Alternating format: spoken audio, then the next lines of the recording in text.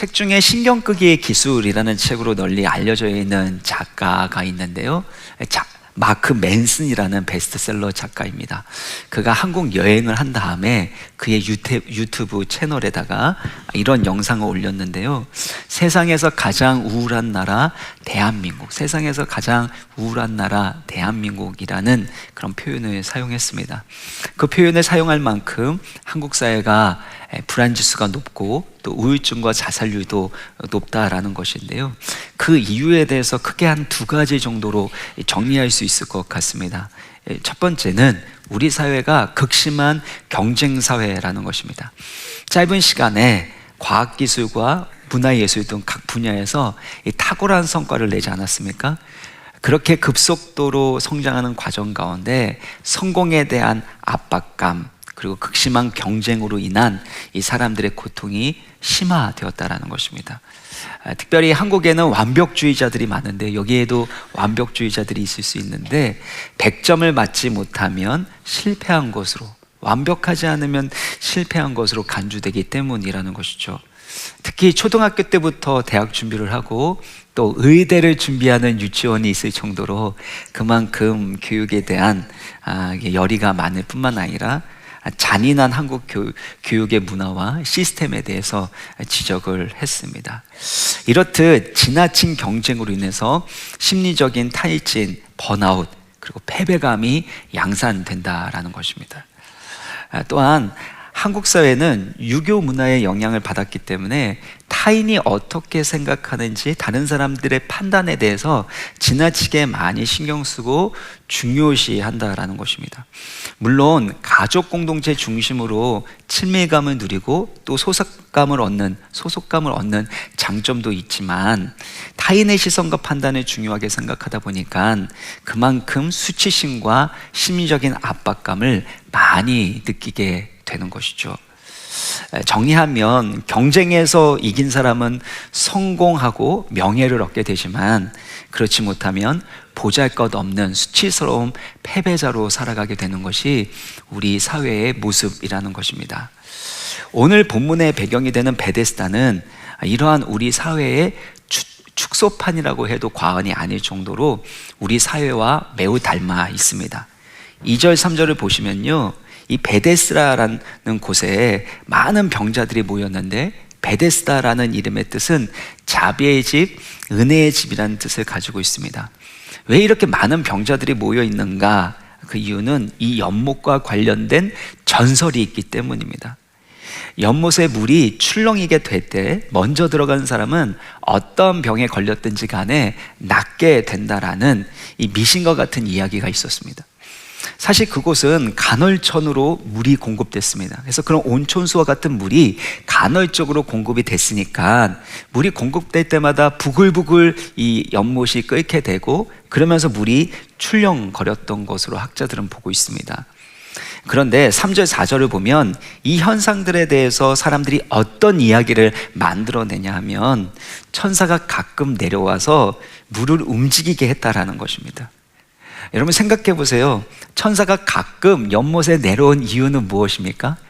전래동화처럼 이 선녀가 목욕하러 연못에 내려오는 것처럼 이 천사들이 목욕하러 이 연못에 내려왔을까요? 그럼 왜 베데스라는 그 연못에 내려와서 목욕을 하는 겁니까? 아무런 이유도 없이 이 천사가 연못에 내려온다라는 것은 사실 성경적으로 맞지 않는 이야기입니다. 우리 옛날에 전설의 고향 이런 거 보지 않았습니까? 그 전설의 고향에 나오는 거와 같은 그런 이야기일 뿐이라는 것이죠. 또한 여러분 생각해 보면요, 베데스다 연못에서 누가 치유를 받는가라는 겁니다. 응급 상황에 있는 가장 치료가 필요한 사람들이 치료를 받게 되는 것이 아닙니다. 선착순으로 연못에 제일 먼저 들어가는 사람이 치료를 받는데요, 이런 경쟁 구도 속에서 연못에 가장 빨리 들어갈 수 있는 사람, 가장 능력 있는 1등만이 치료를 받는 곳이 바로 베데스다였습니다. 이게 얼마나 모순되고 부조리한 일입니까?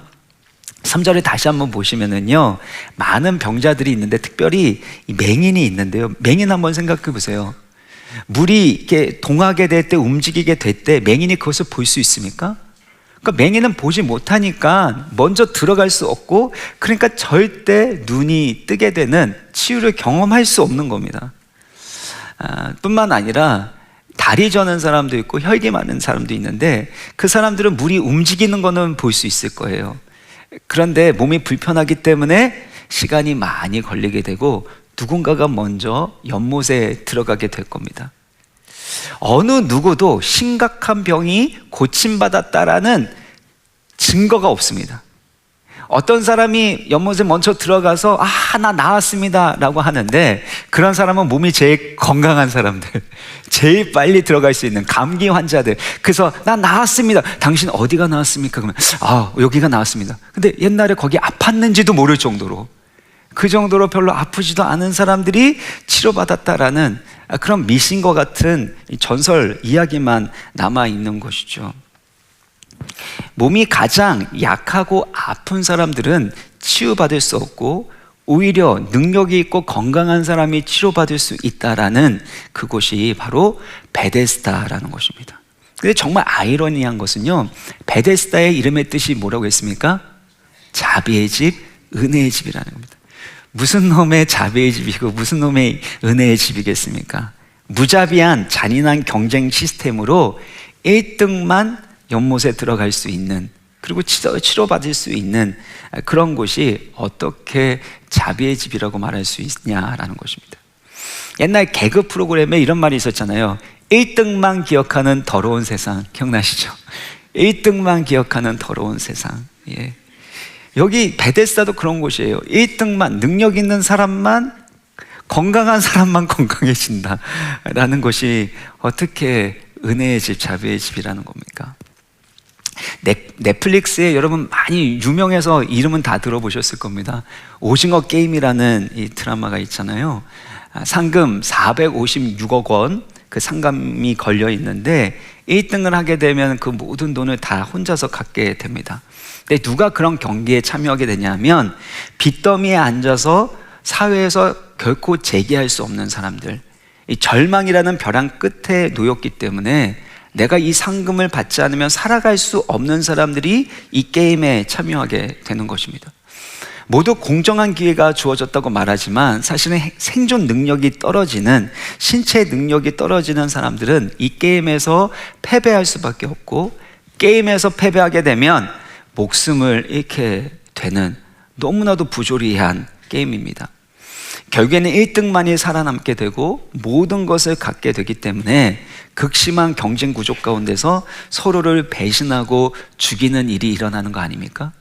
이 오징어 게임이 오늘날의 우리의 세상의 모습들을 보여주는 뿐만 아니라, 사실 베데스다 안에서 이런 오징어 게임과 같은 일이 벌어지고 있다는 것입니다. 여러분 한번 생각해 보세요.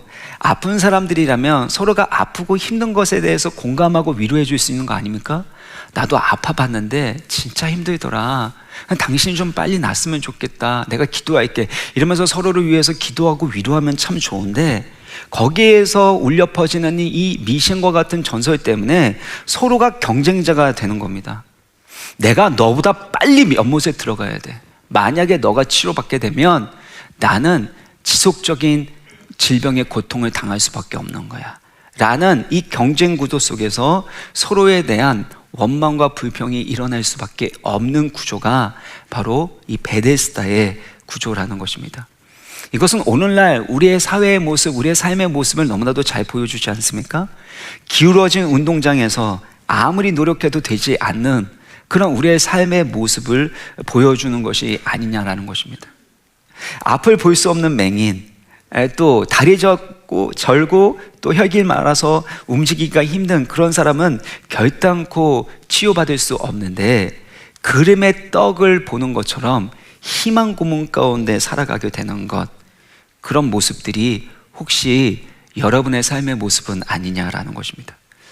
사실 이것은 오늘날의 우리의 사회의 모습을 보여줄 뿐만 아니라, 예수님이 없는 교회, 예수님이 없는 종교 조직을 보여주는 것이기도 합니다. 우리 교회에 다시 나오시는 분들 가운데 이 새가족 등록을 하셔서 제가 4층에서 만나서 이런저런 얘기를 하면 몇 년 만에 또 몇십 년 만에 나오시는 분들이 있습니다. 근데 왜 그렇게 했냐면 교회에서, 또 작은 교회든 뭐 어떤 교회든지 간에 거기에서 여러 가지 상처받는 이들이 일어나게 됐다라는 거예요. 근데 여러 가지 상처받는 이유 중에 꼭 빠지지 않는 게 돈 문제입니다. 돈 문제. 여러분, 권사님이 돈 빌려달라고 하고 장로님이 돈 빌려달라고 하고 심지어 목사님이 돈 빌려달라고 하면 빌려줘야 됩니까? 안 빌려줘야 됩니까?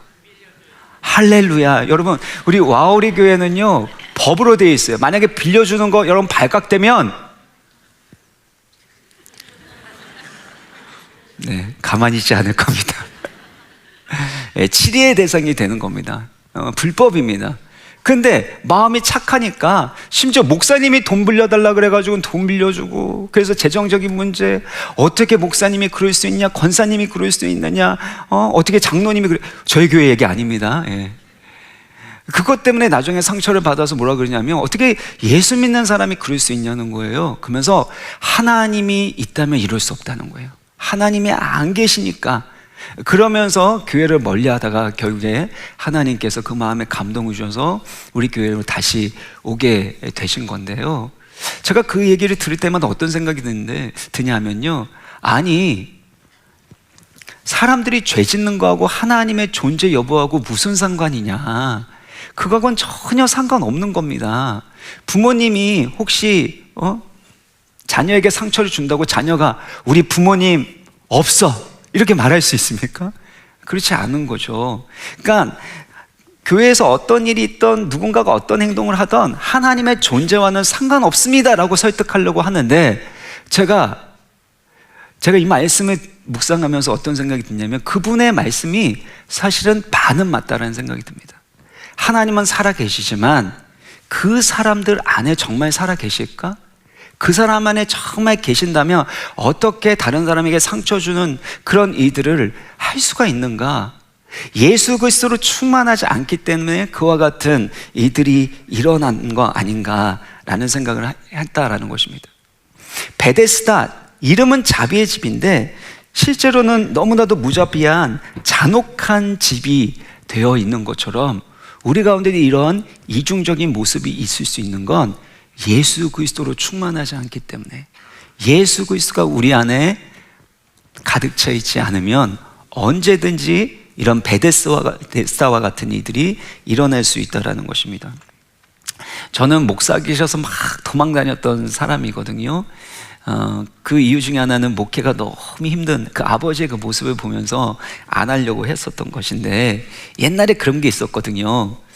목사님 아들들은 목사를 안 하려고 하고 장로님 아들들은 교회를 안 나오려고 한다, 이런 얘기들 있었습니다. 제가 왜냐하면 사실 교회에서는 그렇게 존경받는 목사님이고 또 존경받는 장로님인데 집에 가서는 그렇지 않은 거예요. 뭐라고 표현할지 모르겠어요. 교회에서는 그러신데 집에서는 그렇지 않는 이중적이고 위선적인 모습을 보면서, 그래서 신앙에 대해서 환멸을 느끼게 되는 거 아닙니까? 이것이 종교인의 모습이라는 겁니다. 예수님이 없으면, 예수님으로 충만하지 않으면 언제 그랬냐는 듯이 자비의 집, 은혜의 집이 아니라 자비가 없고 은혜가 없는, 생명력 없는 위선적이고 이중적인 모습을 보이는 것이 바로 우리의 삶일 수 있고 우리 교회일 수 있고 우리의 가정일 수 있다는 것입니다. 그래서 무엇보다 예수님으로 가득 차고 예수님의 생명력과 사랑으로 충만한 영혼이 되시기를 주님의 이름으로 축원합니다. 그래서 시험에 든 일이 없기를 간절히 바라고, 혹시나 시험이 들지라도 그 시험을 주는 사람 안에 예수님이 없어서, 예수님으로 충만하지 않아서 그렇다라는 것을 알고 긍휼히 여길 수 있는 성숙한 믿음의 사람이 되시기를 간절히 바랍니다. 이런 베데스다에 예수님이 찾아오신 거예요. 예수님께서 많은 병자들 중에 한 사람에게 주목합니다.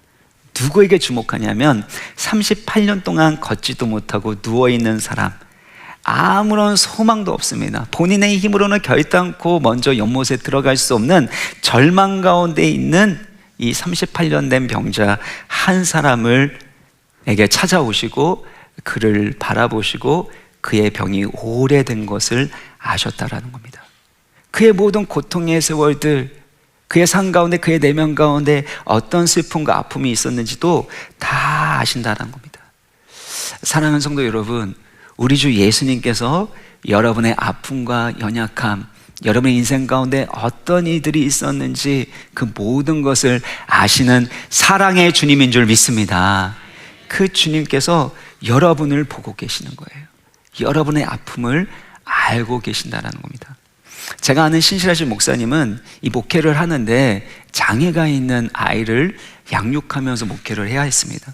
그러니까 그 딸을 바라볼 때마다 얼마나 마음이 아프고 힘들었겠습니까? 그리고 목회적으로 힘들고 어려운, 또 그 딸을 돌보는 아내를 볼 때마다 참 안쓰러운 그 마음 가운데 기도할 때 참 많이 눈물을 흘리면서 기도를 했다고 합니다. 근데 그때 주님께서 그런 마음을 주셨대요. 사랑하는 아들아, 내가 너를 알고 있단다. 내가 너의 아픔과 너의 괴로움을, 너의 슬픔을 내가 알고 있단다. 그 성령의 음성을 듣는데 그게 그렇게 위로가 되고 소망이 생겼다라는 겁니다. 그래서 다른 사람에게 얘기하는 게 아니라 하나님 앞에 기도하면서 주님 아시지요, 주님 아시지요.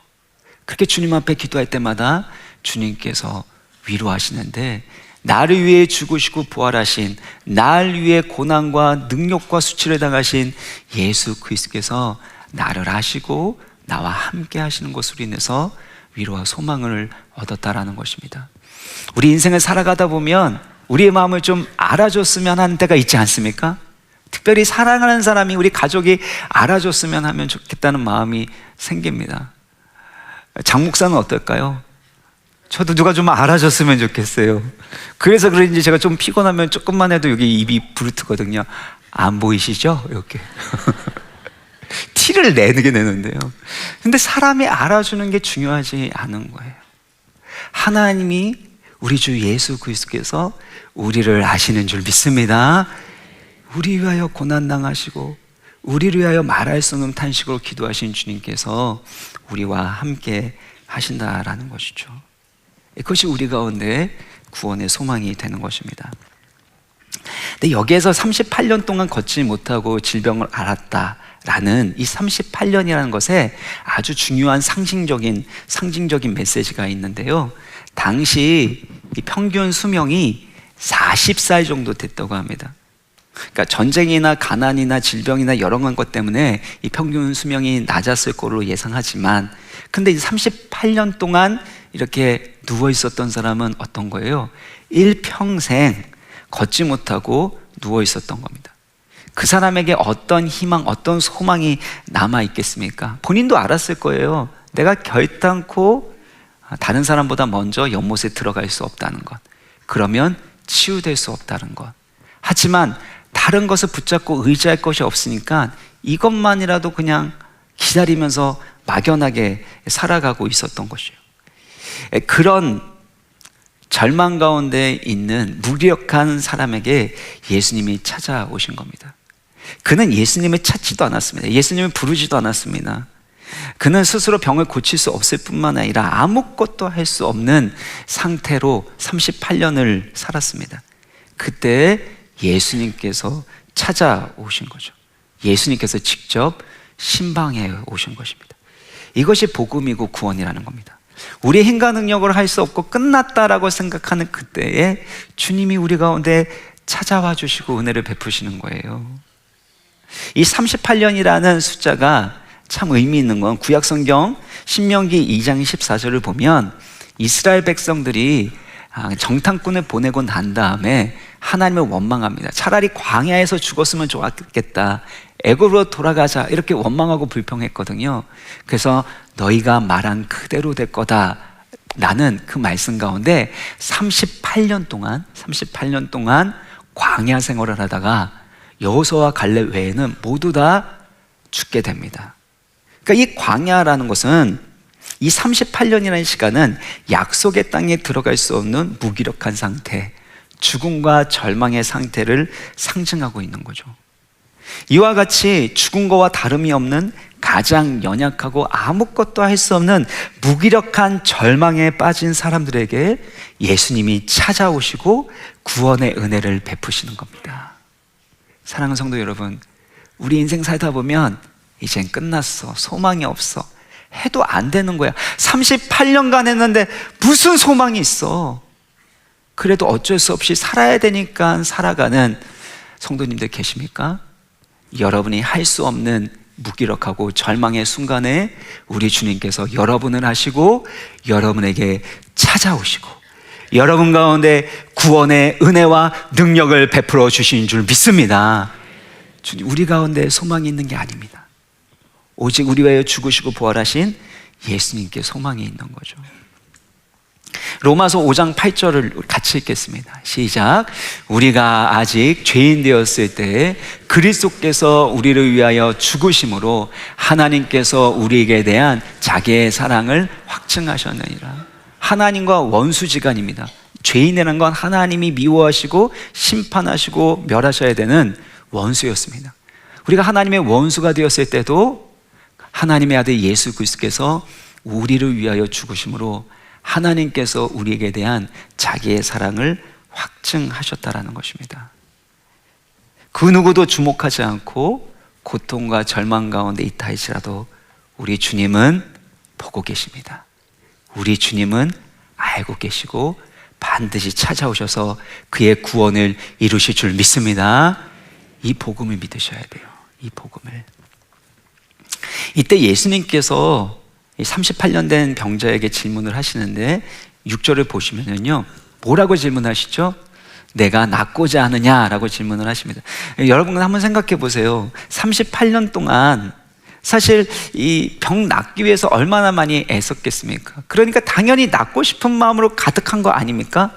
근데 여러분 바꿔서 생각해 보면요, 어떤 일을 할 때 여러분 38년 동안 그 문제가 해결되지 않았어요. 그러면 여전히 그것에 대해서 소망하고 기대하는 마음을 가질 수 있겠습니까? 베데스다라는 그곳에서 치유받기를 소망하면서 앉아있다고 말하지만 사실은 그 사람 마음 가운데는 거의 아무런 소망도 없고 소원도 없는 그 상태 가운데 있다라는 것입니다. 치유받을 것에 대한, 회복될 것에 대한 소원이 일어나지 않는 무기력하고 절망 가운데 있는 것을 사실은 예수님께서 보고 계시는 거죠. 그래서 그 사람 안에 있는 그 믿음의 소원을, 믿음의 갈망을 불러 일으키시는 겁니다. 사랑하는 여러분, 우리가 믿음이 있다고 한다면 하나님이 이와 같이 회복시켜 주실 줄 믿습니다라는 믿음 가운데 새로운 소원과 갈망이 일어나야 돼요. 믿음과 소원은 연결되어 있거든요. 마태복음 15장 28절을 보면 가나안 여자가 흉악하게 귀신 들린 딸을 고쳐달라고 예수님께 나왔습니다. 그때 나중에 예수님께서 뭐라고 말씀하시냐면, 여자여 내 믿음이 크도다, 내 소원대로 되리라 라고 말씀하시고 그때로부터 그녀의 딸이 낳게 되는 것이죠. 믿음이 크다면 그 안에 마음의 소원 또한 있다는 겁니다.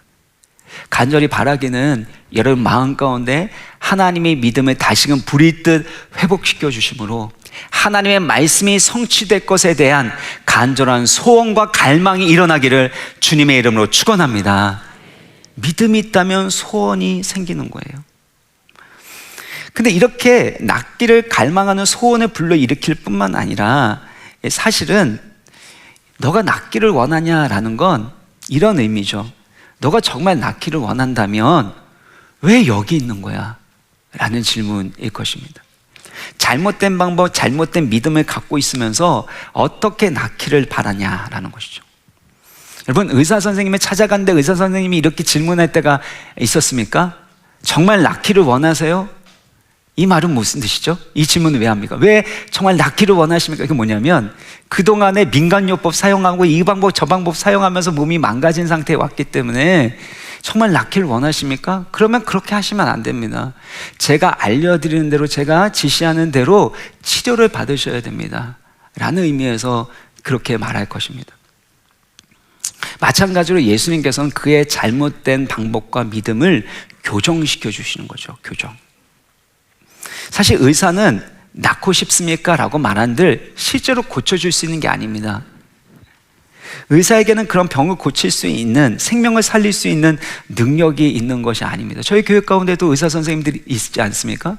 다 솔직하게 고백하는 거 아닙니까? 그러나 하나님의 아들 예수 그리스도는 생명의 원천이 되시고, 그리고 병든 자를 고치시고 죽은 자를 살리시는 살아계신 하나님이신 줄 믿습니다. 그 예수님께서 말씀하시는 거예요. 그러니까 주님만을 의지하라는 거죠. 너의 구원자, 너의 치료자가 되는 하나님의 아들을, 메시아가 이곳에 왔다라고 말씀하시는 겁니다. 이와 같은 예수님의 말씀에 여러분 어떻게 대답해야 됩니까? 네, 낫기를 원합니다. 주여 불쌍히 여겨주십시오. 이렇게 대답해야 되는 거 아닙니까? 근데 병자의 대답이 뭐냐면 이 7절을 보시면은요, 같이 한번 읽어보겠습니다. 시작. 병자가 대답하되 주여 물이 움직일 때에 나를 못에 넣어주는 사람이 없어. 헬라어 원문을 보면은요, 뭐가 제일 앞단어로 사용되냐면 이 사람이 없다라는, 이 사람에 초점을 맞추고 있는 문장입니다. 그러니까 사람, 나를 도와줄 사람이 없기 때문에, 그래서 나보다 다른 사람이 먼저 들어간다라고 다른 사람을 지금 탓하고 있는 거고, 지금 이런 상황에 대해서 원망하고 불평하고 있는 거 아닙니까? 이런 말인 거죠. 나라고 이러고 있고 싶겠습니까? 나를 도와주는 사람이 있었더라면, 내 처지와 상황이 조금만 더 좋았더라면 내가 왜 이렇게 살겠습니까? 라고 다른 사람과 환경을 탓하는 거죠. 억울하고 원통하다라는 겁니다. 경쟁에서 패배한 그 이유를 설명하면서 억울함과 원통함을 하소연하고 있는 것이죠.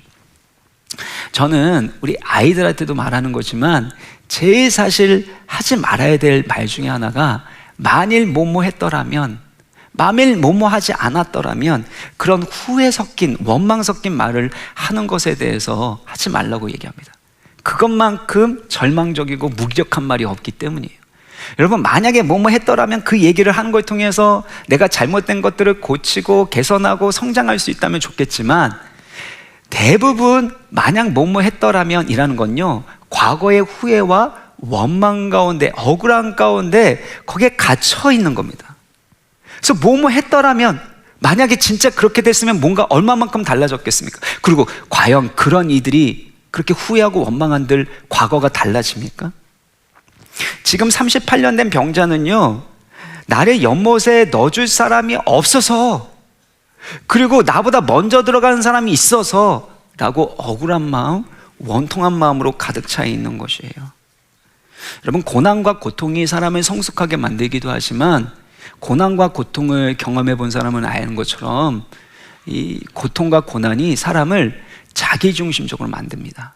우리 가정 안에서나 사랑하는 사람들에게 힘들게 할 때, 하지 말아야 될 말과 행동을 할 때도 결국엔 내가 힘들어서 그런 거 아니에요? 내가 힘들어서 그래. 힘들면 사람이 이기적이고 자기중심적으로, 또 자기 방어적으로 나오게 되어 있는 것입니다. 그러니까 이 사람도 38년 동안 얼마나 힘들고 어렵고 좌절하고 그랬으면 지금 예수님 앞에서 억울하다고, 원통하다고, 지금 사람 탓하고 환경 탓하고 있는 것이겠습니까? 혹시 사랑하는 성도 여러분 가운데도 이런 마음이 있지 않습니까? 만약 뭐뭐 했더라면, 그러면서 사람 탓하고 환경 탓하고 마음 가운데 신앙생활을 하지만 마음속 깊은 곳에 억울함이 있는 거예요. 원통함이 있는 거예요. 그 사람만 생각하면 미운 마음이 생기는 겁니다. 그 마음을 주님께서는 치유하기를 원하신다라는 것입니다. 사랑하는 성도 여러분, 예수 그리스도의 복음의 능력으로, 예수 그리스도의 그 사랑이 여러분 마음 가운데 있는 억울함과 원통함을 치유해 주시기를 주 예수 그리스도의 이름으로 간절히 축원합니다. 이에 대해서 예수님께서 하신 말씀이 무엇이냐면요, 8절의 말씀을 같이 읽겠습니다. 8절 시작. 예수께서 이르시되 일어나 내 자리를 들고 걸어가라. 예수님은 그의 불평과 억울함을 듣고 위로해 주시거나 아니면 너 그렇게 생각하면 안 돼라고 반박하시는 말도 하지 않으십니다. 세 가지 말씀하시는데요, 일어나 내 자리를 들고 걸어가라. 일어나 내 자리를 들고 걸어가라 라는 것입니다. 먼저는요, 첫 번째, 일어나라고 예수님께서 말씀하시죠. 그 병이 치료되고 일어나는 치유와 새 창조의 역사가 일어나는 것입니다. 요한복음 1장 1절에서 3절을 보면요, 하나님의 말씀으로 세상을 창조하셨는데 빛이 있으라 하시니까 빛이 있었죠. 말씀으로 빛을 창조하시고 말씀으로 세상 만물을 창조하셨습니다. 그러니까 예수님이 창조주 하나님의 능력으로 이 병든 자를 치유하시고 살리시는 새 창조의 역사를 이루셨다라는 겁니다. 새 창조의 역사. 뿐만 아니라 헬라어로 이 일어나라라는 것은 에게이레라는 단어인데요, 예수님께서 죽은 자 가운데서 일어나신 예수님의 부활을 묘사하는 겁니다. 그러니까 일어나라라는 것은 뭐냐면 죽은 자를 살리시고 없는 것을 있는 것으로 부르시는 새 창조의 하나님의 능력이 임했다라는 것이죠. 부활의 능력이 이 사람 가운데 나타났다라는 겁니다. 예수님께서 나사로를 향하여 나사로야 나오너라 라고 했을 때 나사로가 살아나오지 않습니까? 또한 과부의 그 아들 청년이 죽었을 때 그 관에다가 예수님께서 손을 대시고 말씀하시죠. 청년아, 내가 내게 말하노니 일어나라. 이 시간 우리 주님께서 여러분 가운데 말씀하시길 소망합니다.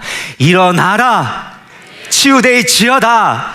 놀라운 새 창조의 역사가, 구원의 역사가 여러분의 심령과 삶 가운데 일어나기를 주님의 이름으로 축원합니다. 예수님의 말씀에는 능력이 있습니다. 우리의 생각, 우리의 감정, 우리의 상태에 따라서 아무런 소망이 없다고 생각하는데 그때 하나님의 말씀이 우리 가운데 들리는 거예요. 그때 하나님 말씀. 아브라함과 사라가 언제 이삭을 선물로 얻게 됩니까? 하나님의 약속이 언제 성취돼요? 그들의 인간적인 가능성이 다 사라지고 여성으로서 아이를 낳을 길이 끊어졌을 때, 생리가 끊어지고 아무것도 할 수 없는 절망의 상태 가운데서 하나님이 말씀하시고 놀라운 생명과 부활의 역사를 일으키신 거 아닙니까? 모세도 마찬가지입니다. 나는 아무것도 아닙니다. 주님, 나 말고 다른 사람을 보내십시오. 보낼 만한 사람을 보내십시오. 자기에게 아무런 소망이 없는 그때에 하나님은 모세의 모든 것이 되시고 모세를 통해서 놀라운 하나님의 출애굽 구원 역사를 이루어 가시는 겁니다. 그러므로 여러분의 생각과 감정과 상태에 소망이 있는 것이 아닙니다. 하나님의 말씀이 여러분 가운데 들려질 때 그 말씀대로 하나님의 능력을 베풀어 주실 줄 믿습니다. 두 번째는요, 내 자리를 들고라는 건데, 이것은 과거의 삶의 모습과 방식을 상징하는 표현입니다. 그러니까 내 자리를 들고 가라라는 것은 과거의 상처와 실패, 억울함과 절망의 자리로부터 벗어나라, 그 모든 것을 청산해라 라는 것입니다. 여러분, 아무리 치료를 받아도요, 여전히 그 과거의 상처와 실패 가운데, 억울함과 원통함 가운데 살아가는 사람들이 있다는 겁니다. 그것을 정리하기를 원하시는 거죠. 그걸 정리케 하시는 분이라는 겁니다. 그래서 날마다 회개하는 삶이 중요합니다. 회개라는 것은 단순하게 죄 용서를 받기 위한 수단이 아닙니다. 죄 없으신 하나님의 아들 예수 그리스도께서 우리의 죄값을 십자가에서 치르셨기 때문에 예수 그리스도의 십자가의 은혜와 공로로 인해서 우리의 죄가 용서받는 겁니다. 우리가 막 하나님께 잘못했다고 막 삭삭삭삭 비었기 때문에 정말 내가 열심히 정성껏 그렇게 용서를 구하고 회개했으니까 내가 용서해 줄게 라는 게 아니라는 것입니다.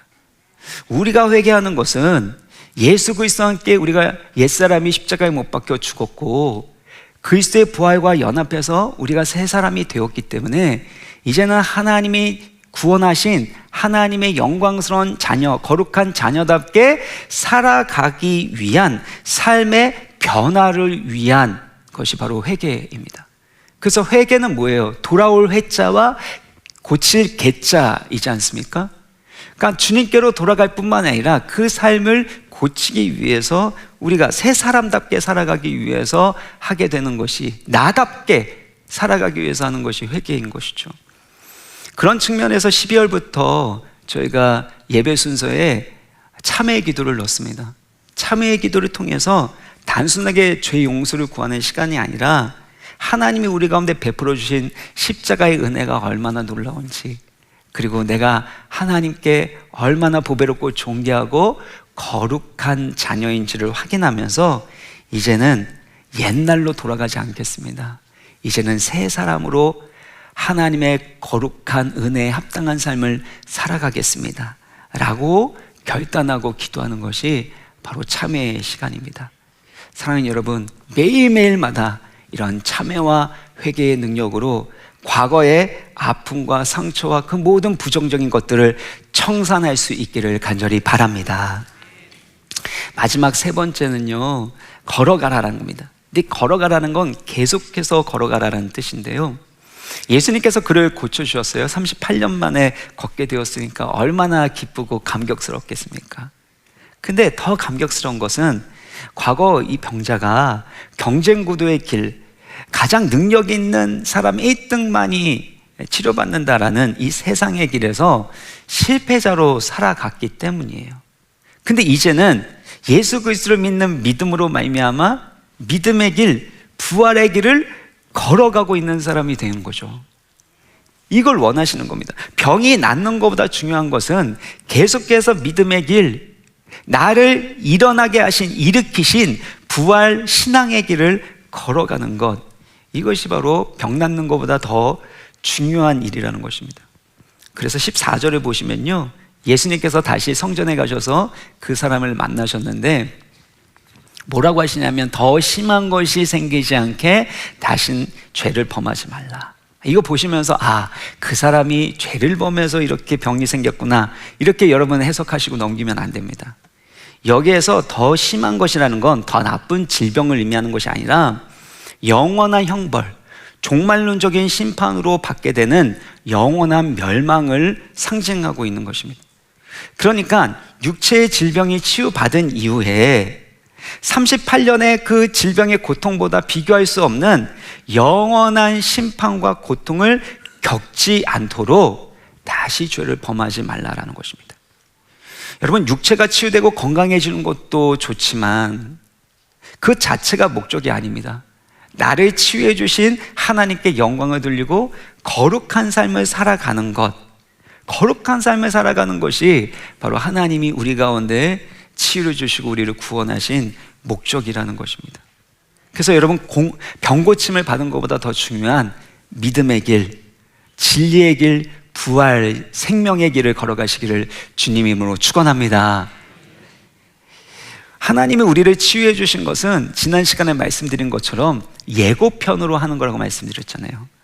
요한계시록 21장 4절 보면 궁극적인 치료, 완전한 치료는 예수님이 다시 오셔서 새 하늘과 새 땅이 창조될 그때입니다.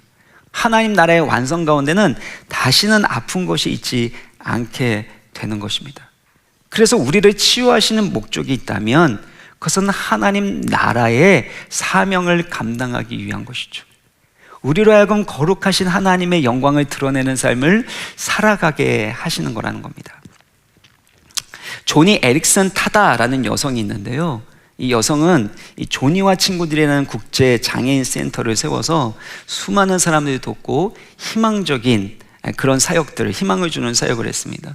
그녀가 쓴 책만 해도 45권이 넘을 정도로 엄청난 영향력을 미치고 있는 사람인데요, 그녀가 17세 때, 17살 때 다이빙을 하다가 이 경추가 부러져서 전신마비를 당하게 됩니다.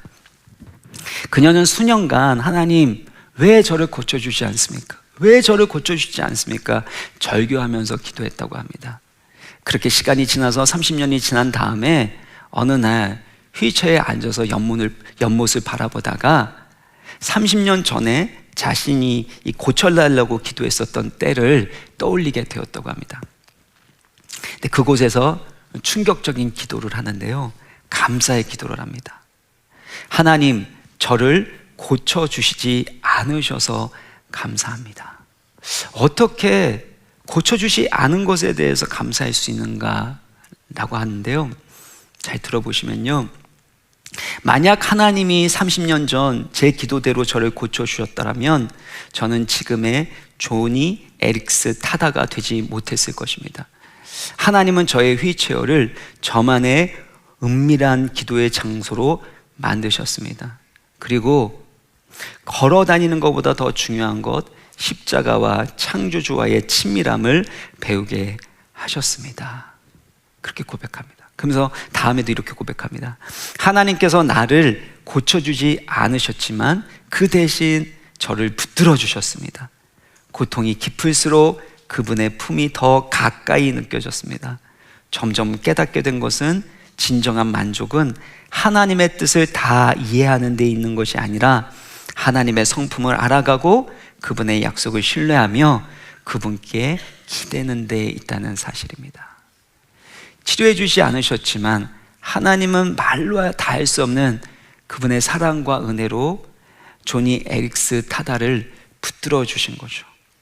그녀의 고통이 깊으면 깊을수록 하나님의 그 사랑의 은혜의 품이 더 가깝게 느껴졌고, 그녀를 통해서 세계의 수많은 사람들, 수많은 장애인들이 위로와 소망을 얻게 된 것입니다. 그렇기 때문에 그녀는 자신을 치유하지 않으신 하나님께 감사하는 사람이 되었다라는 겁니다. 사랑하는 성도 여러분, 이것이 신앙의 힘입니다. 나를 치유해 주신 예수 그리스도의 마음을 헤아리게 되는 것, 그리고 예수 그리스도의 십자가와 부활의 영광에 동참하여 나를 통해 예수 그리스도의 사랑과 소망을 흘려보내는 삶, 이것이 바로 믿음의 길, 생명의 길을 걷는 믿음의 삶이라는 것입니다. 말씀을 마무리 짓겠습니다. 사랑하는 성도 여러분, 여러분 인생 가운데 어떤 슬픔과 아픔이 있습니까? 어떤 억울함과 원통함이 있습니까? 일어나 내 자리를 들고 걸어가라 라고 말씀하시는 주의 말씀대로 일어나시기를 주의 이름으로 축원합니다. 예수 그리스도의 생명의 능력으로 날마다 걷는 그 발걸음이 부활의 능력으로 함께하는 구원의 기쁨이 가득한 삶 되시기를 다시 한번 주님의 이름으로 축원합니다. 같이 찬양하시겠습니다. 수많은 무리들이 주시어 찬양합니다. 수많은 무리들이 주시어 그분을 보기 위해 따르네. 평범한 목수이신 그분 앞에 나의 무릎이 꿇어 경배하네. 모든 문제들 하나 죽음까지도 힘을 잃고 할렐루야. 죽음까지도 힘을 잃고 생명의 근원 대신 예수 이름 앞에 모든 권세를 굴복하네.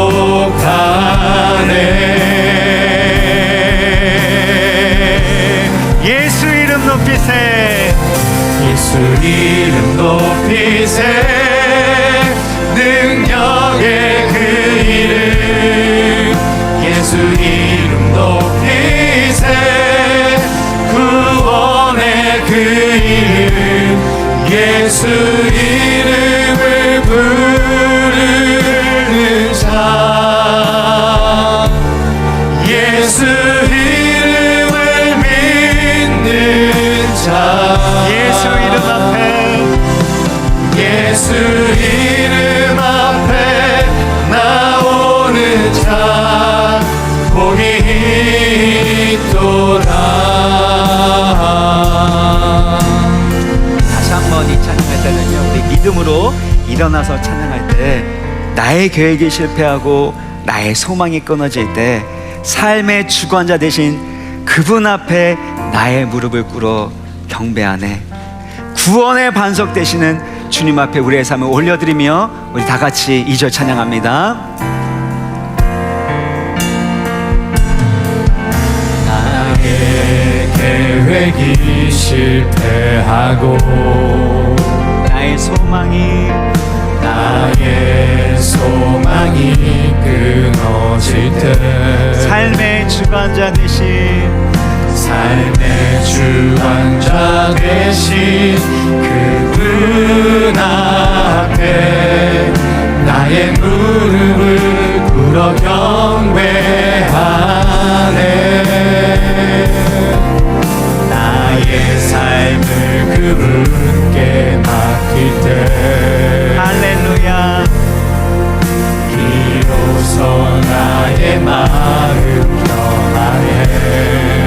구원의 반석, 구원의 반석 되신 예수의 이름을 소리 높여 찬송하네.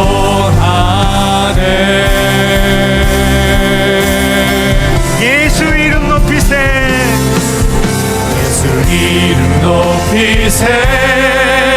능력의 그 이름 예수 이름 높이세. 구원의 그 이름 예수 이름을 부르는 자 예수 이름을 믿는 자 예수 이름 앞에 나오는 자, 예수 이름 앞에 나오는 자 복이 있도다. 다시 한번 찬양합니다. 나의 계획이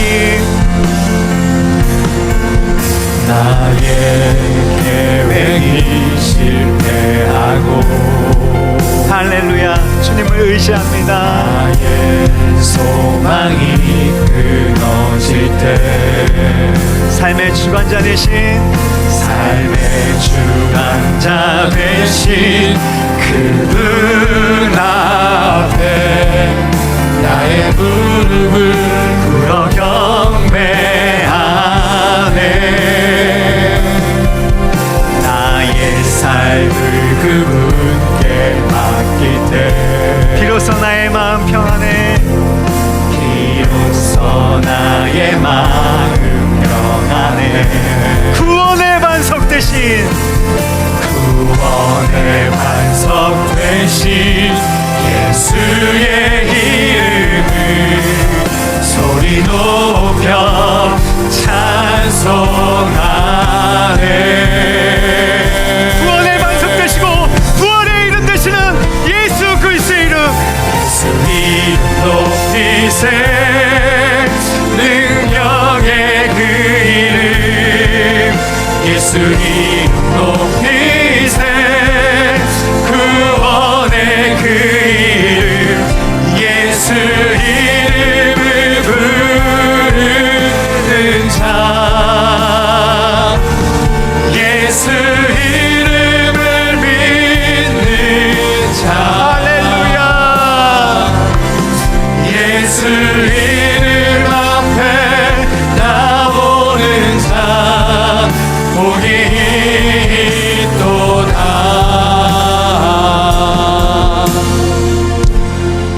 자, 이 말씀 준비하면서요, 특별히 우리 가운데도 38년 된 병자와 같이 베데스다와 같이 직분상으로 봤을 때나 신앙의 경력으로 봤을 때나 정말 신실하고 그 마음 가운데 주를 향한 사랑과 기쁨과 감격이 넘칠 것처럼 보이지만 실상은 그렇지 않고 메마른 그 영혼 가운데 예배의 감격과 기쁨도 없이 또 누군가에 대해서 원망하고 억울한 마음 가운데 그렇게 누군가를 탓하며 살아가는 분들이 계시지 않나라는 생각이 들었습니다. 이 시간 주님께서 말씀하십니다. 일어나 내 자리를 들고 믿음으로 걸을지어다. 부활의 능력으로 걸어 나갈지어다. 이 시간에 이 믿음 가지고 아멘 하신 분 가운데 놀라운 하나님의 치유와 구원과 부활의 역사가 일어나기를 주 예수 그리스도의 이름으로 축원합니다. 이 시간 우리 같이 기도할 때 그런 모든 위선적이고 이중적인 그 종교적인 신앙생활을 정리하게 하여 주옵시고 정말 예수 그리스도의 생명과 사랑을 나타낼 수 있는 부활신앙으로 예수 그리스도의 생명으로 충만한 삶 되게 하여 주옵소서. 시간에 주여 한번 간절히 부르고 기도합니다. 주여. 할렐루야. 주님의 말씀, 주님께서 말씀 나아가 기도할 수 있게 하여 주십니다. 감사합니다. 하나님 정말 나에게 생명 되신 예수 그리스도의 그 이름을 다시 한번 믿으며 나아갑니다. 주님 이 생각 가운데 정말 주님 나의 인생 가운데 아버지 30년 된 병자처럼 하나님 주님 부족인 생각을 가지고 이 시간으로 살아가고 있는 모습을 잊지 않습니다. 하나님 정말 주님께서 주시는 그 은혜를 우리가 기뻐하고 우리의 영혼이 나의 가운데 나의 생명에 나의 눈길이 빠져있는 하나님 없이 정말 이 시간 다시 하나님 나라는 말이 나에게 다가와 손님이시는 능력이 있다고 예수 그리스도를 바라보며 이 시간 예수 나아가오니 그리스도의 능력을 경험하게 하늘을 들고 일어나 돌아갈 수 있도록 그리스도의 부활의 인도하여 능력을 경험하게 주시옵소서. 하여 주옵소서. 하나님 없이 나에게 구원의 나오시는 만석 되시는 정말 나에게 부활의 신이시는 하나님 없이 정말 주님 바라보며 나아갈 수 있도록 인도하여 주시옵소서. 하나님 없이 정말 주님 바라보며 우리가 나아가기 원합니다. 나에게 은혜를 베푸시는 하나님 아버지 우리가 붙들며 나아가기 원합니다. 하나님 없이 예수 그리스도의 그 이름이 나에게 생명 되신 그 이름이 하나님 없이 다시 나를 일으키시는 그 손길을 붙들고 나아가게 하여 주시옵고 하나님 없이 그분의 소망으로 나에게 모든 위선적이고 이중적인 예수 그리스도의 이름으로 나아갈 수 있도록 주님 인도하여 주시옵소서. 하나님 없이 예수 이름 부를 때에 우리의 삶 가운데 능력의 수준이 있습니다. 생명의 수준이 있습니다. 하나님 없이 그 이름을 들고 우리 나아갈 수 있도록 인도하여 주시옵고 하나님 없이 나에게 신정한 소망 되신 예수 그리스도의 이름으로 자비로우신 아버지 하나님, 우리 마음 가운데 있는 모든 과거의 후회와 원망, 억울함과 원통함으로부터 벗어날 수 있도록 예수 그리스도의 음성 듣게 하여 주옵소서. 일어나 내 자리를 들고 일어날지어다. 일어나 내 자리를 들고 일어날지어다. 주님, 더 이상 그 과거에 얽매이지 않게 하여 주시고 우리의 병든 마음과 영혼이 치유함받게 하여 주옵소서. 그리고 주님, 베풀 만한 자비와 은혜를 베풀어 주셔서 육신의 연약함이 있는 자들을 주님 치유하여 주시고, 그래서 하나님의 영광을 드러내는 거룩한 삶 살아가는 우리 모든 성도님들 되게 하여 주옵소서. 주님 베풀으신 은혜 감사함으로 올려드리는 각양의 예물을 기쁘게 받아주시고 이 물질이 생명을 살리는 데 쓰임받게 하여 주시고, 더욱 주님께 드릴 수 있는 큰 믿음과 재물 얻을 능력 주시되 하나님의 영광 위하여 살아갈 수 있도록 성령으로 붙잡아 주시고 충만하게 하여 주옵소서.